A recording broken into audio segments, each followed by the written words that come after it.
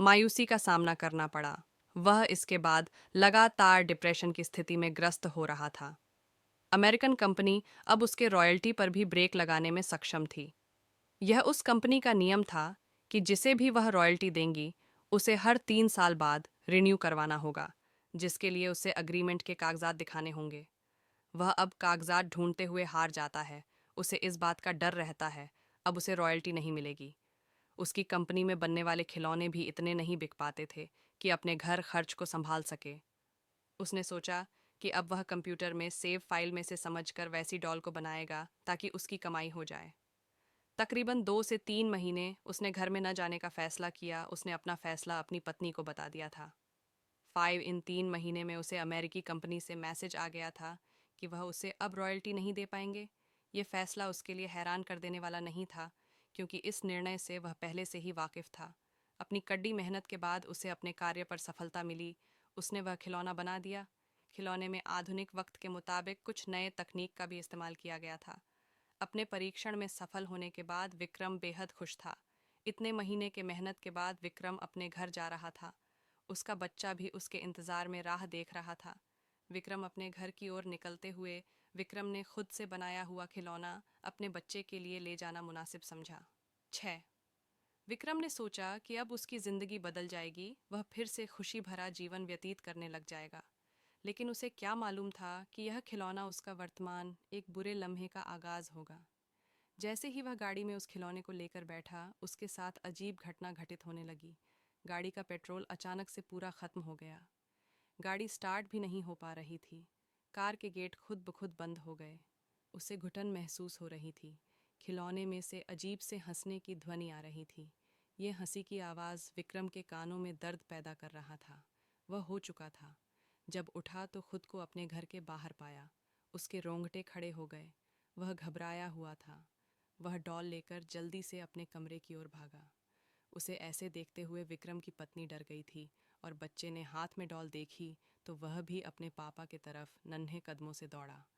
ने वह डॉल झट से अलमीरा में छुपा दिया और उसका ताला लगाकर चाबी अपने पास रख ली।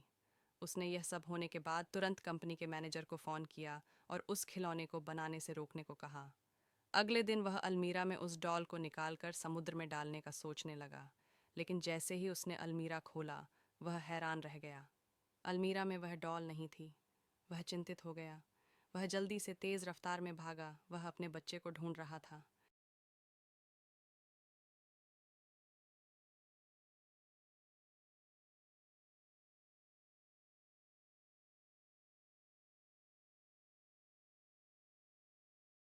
ये कहानी के शुरुआती दौर की घटना आज से 3 वर्ष पूर्व घटी।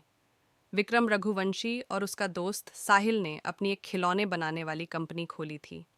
दोनों को बच्चों से बेहद लगाव था। ये दोनों मार्केट में हमेशा से नए आधुनिक तकनीक के खिलौने बनाने के लिए जाने जाते थे।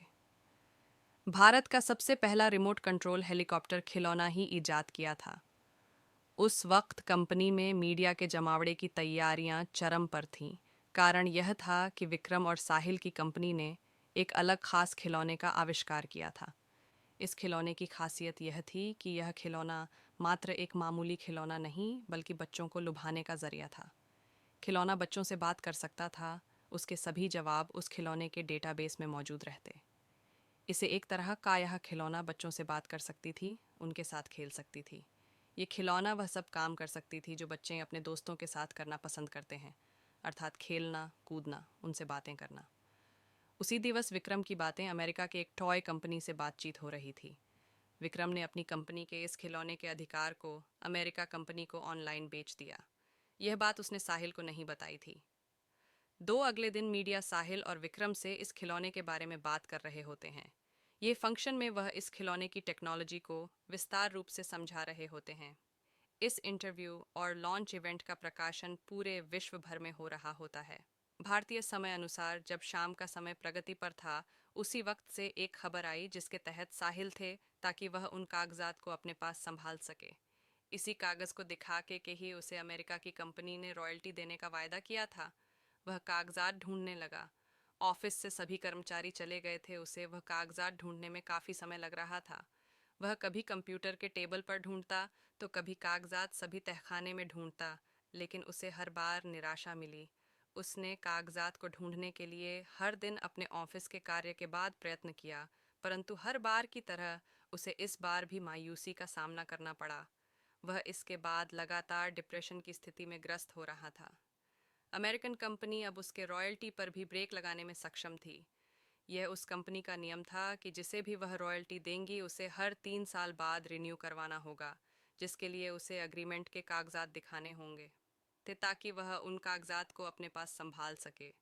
इसी कागज़ को दिखा के ही उसे अमेरिका की कंपनी ने रॉयल्टी देने का वायदा किया था। वह कागजात ढूंढने लगा। ऑफिस से सभी कर्मचारी चले गए थे। उसे वह कागजात ढूंढने में काफ़ी समय लग रहा था। वह कभी कंप्यूटर के टेबल पर ढूंढता तो कभी कागजात सभी तहखाने में ढूंढता। 4 लेकिन उसे हर बार निराशा मिली। उसने कागजात को ढूंढने के लिए हर दिन अपने ऑफिस के कार्य के बाद प्रयत्न किया, परंतु हर बार की तरह उसे इस बार भी माएँ